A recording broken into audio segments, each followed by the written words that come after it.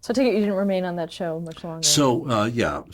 After this was getting close to Christmas, where there was going to be a 3 week hiatus, and so I went to Paramount and I said, it's we have artistic differences, and I don't think it's going to work.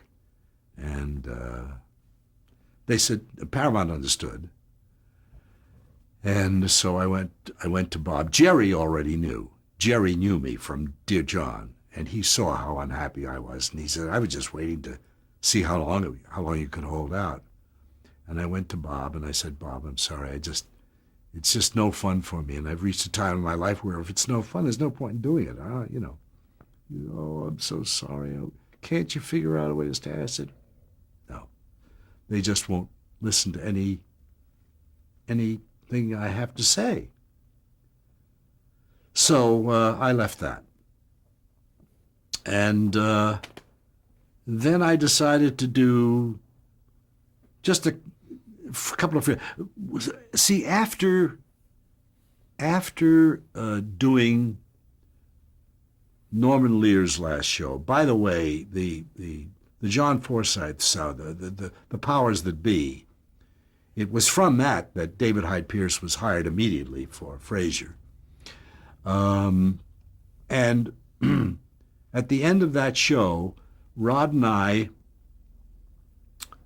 had a couple of shows that we had packaged for us, had written and were producing for ourselves, and pitched them at a pitching session at the network, which will remain nameless, and were given the kinds of advice that any creative person has his hair curls, if he has any hair, which I was not burdened with.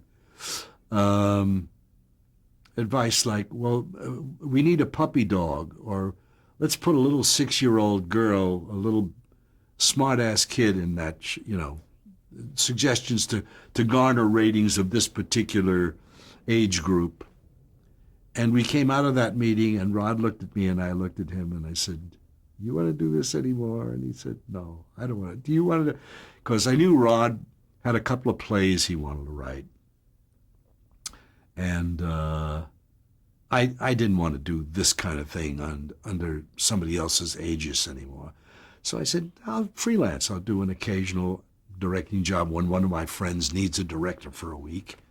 And that's it, And that's what I started to do, and found that not to be happy either, because I had to keep thinking through somebody else's head, if you know what I mean.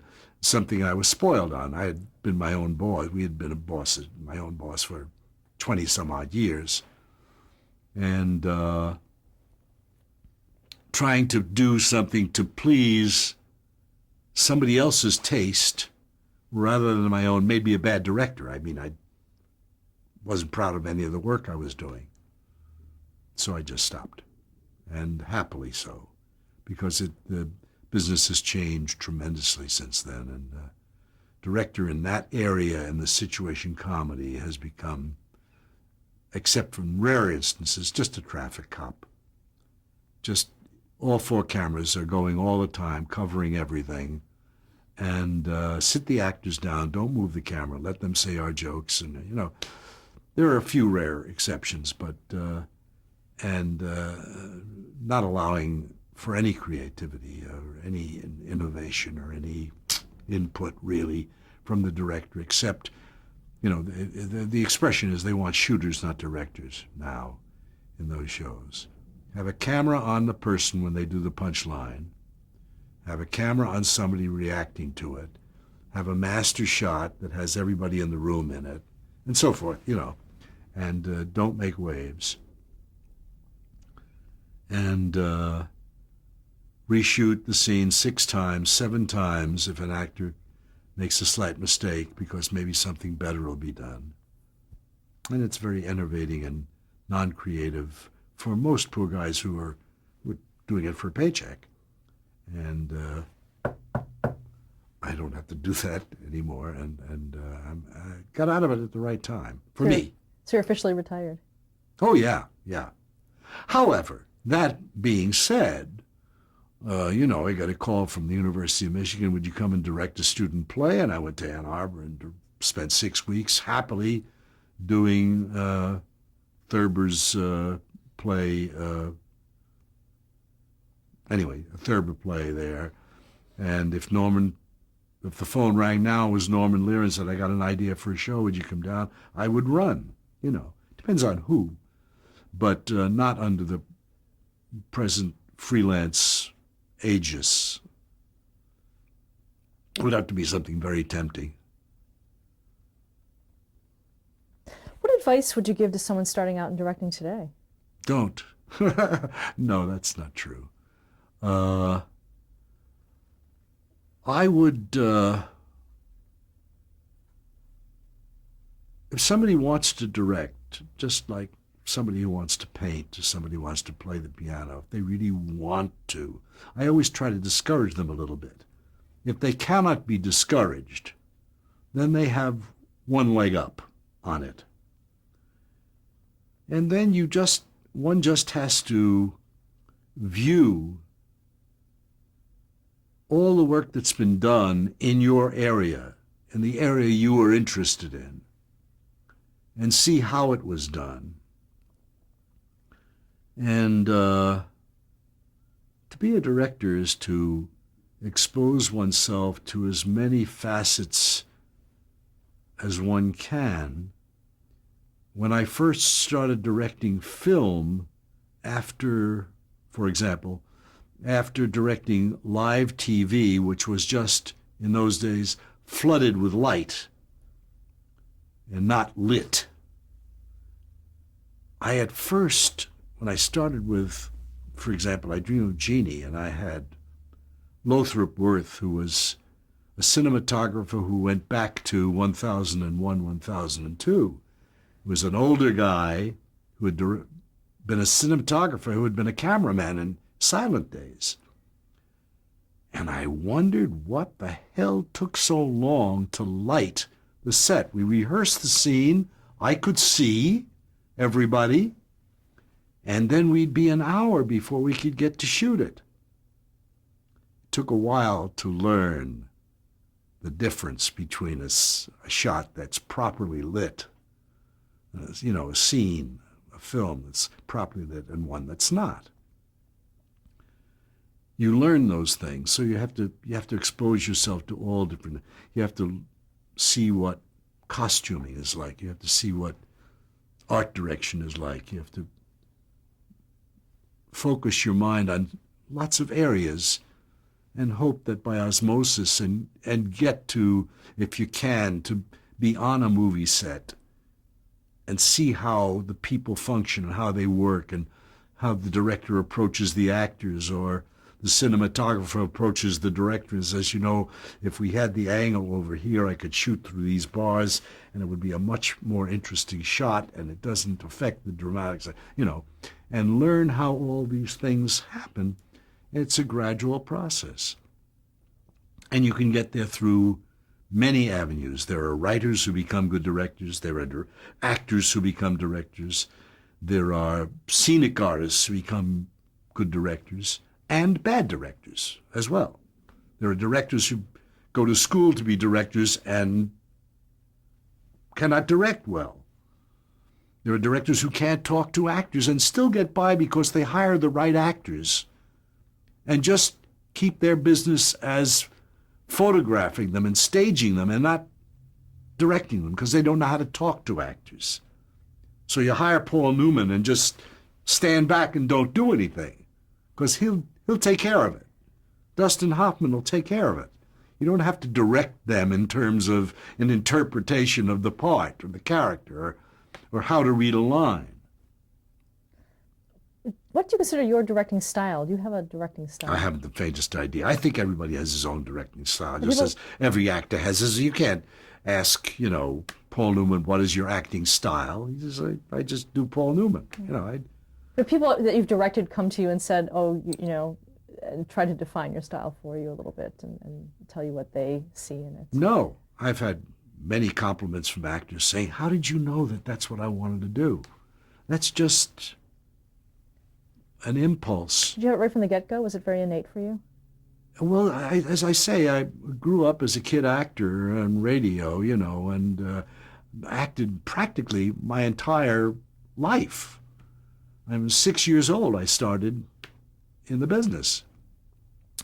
And I have an intuition, I have a sense of when an actor feels uncomfortable, even though they're doing their job, and I see what they need, and I'm able to stop and say, how would it be, would you feel more comfortable if you did thus and so? Oh, yeah, that's great. That's just, and that's very rewarding for a director. And I have an instinct and a talent for that. Certainly. What about the rehearsal process? It seems it's a bit sacred to you from some of the Rehearsal things you've process said. for any performing person. Rehearsal is terribly necessary. It's the only way one can hone one's art, one's craft, I should say, not art necessarily.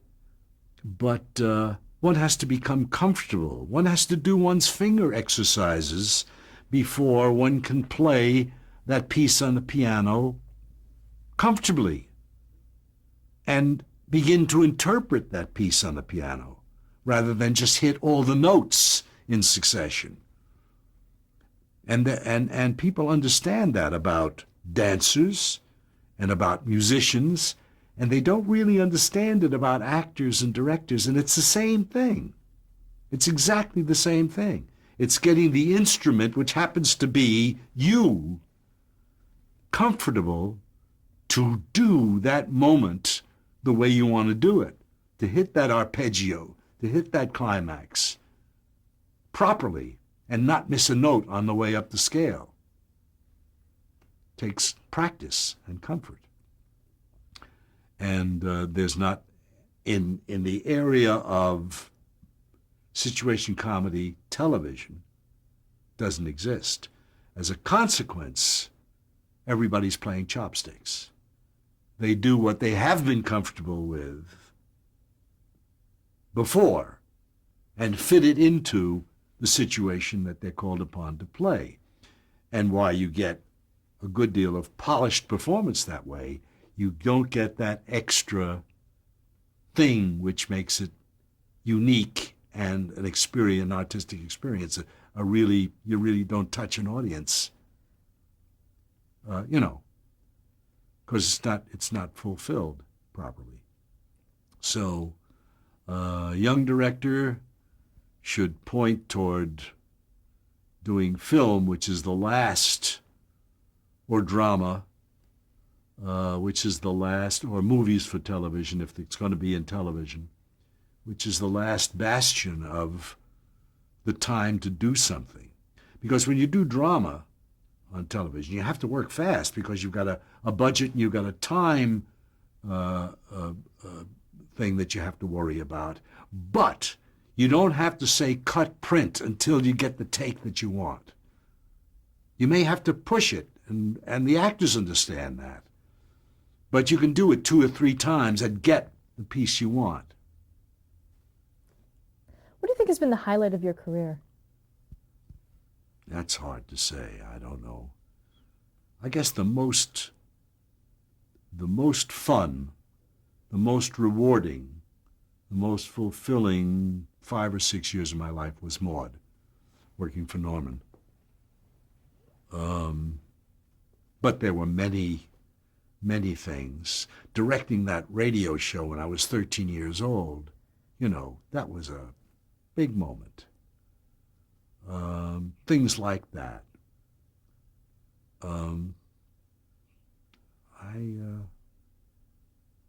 Just was a happy circumstance, the Maude. Although many of the shows I had wonderful times with, but for a given period of time, and looking at the work that I was free to do, and all the people around me, all the creative elements around me, meshing and coming together, it was a great family experience. What has been the greatest challenge for you as a director? The greatest challenge? Same had show, nothing. same thing. To see that material and there were challenges along the way. The transition from radio to television, the transition from television to film, those were challenges. But they were challenges that it's like the challenge of a student studying for an exam, learning a new subject. He's still in school. He's still a good student. He just is learning a new thing to fill what's up here. Excuse me. Our last question that we ask our interviewees is, how would you like to be remembered?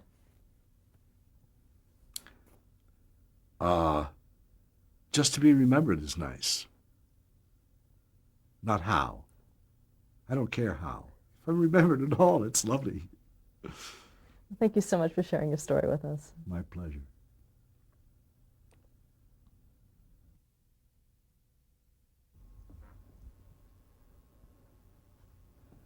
There's Marlo Thomas, a wonderful, talented lady who has just said something to tickle me and has and said, "Come on, Hal, you can't be so down. You've got to cheer up." I was lining up a high shot on a crane, and Barbara and Larry Hagman wanted to see, as I Dream of Jeannie, wanted to see what the shot was going to look like from up there. So we all got aboard and got hoisted up so that they could see it. That's a shot on the set of Courtship of Eddie's Father. There's Bill Bixby and Brandon Cruz, and fitting the hat on Brandon Cruz is Gordon Cooper, who was he was a guest star on the show, and he was one of the 7 original astronauts, of course, Gordon Cooper. No relation, but one of the 7 original astronauts.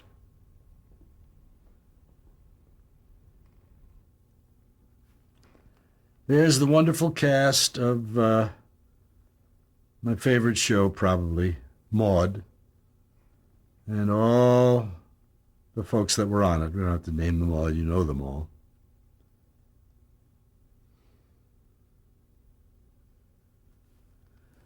That's the wonderful, amazing, marvelous actress and great lady, Helen Hayes, that I had the tremendous pleasure of directing on Love, Sidney, and sat with me for this little pick from my own collection.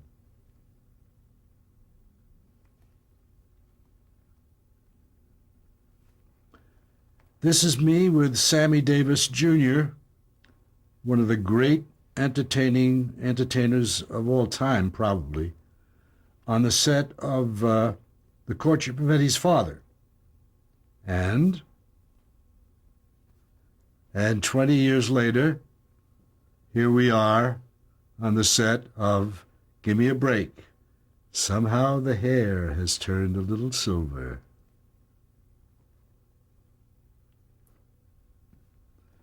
This is Ann B. Davis and Florence Henderson, and one of the kids in a scene that everybody seems to remember from the Brady Bunch, where somebody put too much soap in too much detergent in the washing machine. And when I said cut and walked into the set, they all doused me with suds. And this is me with my longtime partner since we worked together on Maude from then on, Rod Parker, the very talented writer, who, by the way, has a play now that's been optioned by Tony Randall, going to be on Broadway or off Broadway next fall.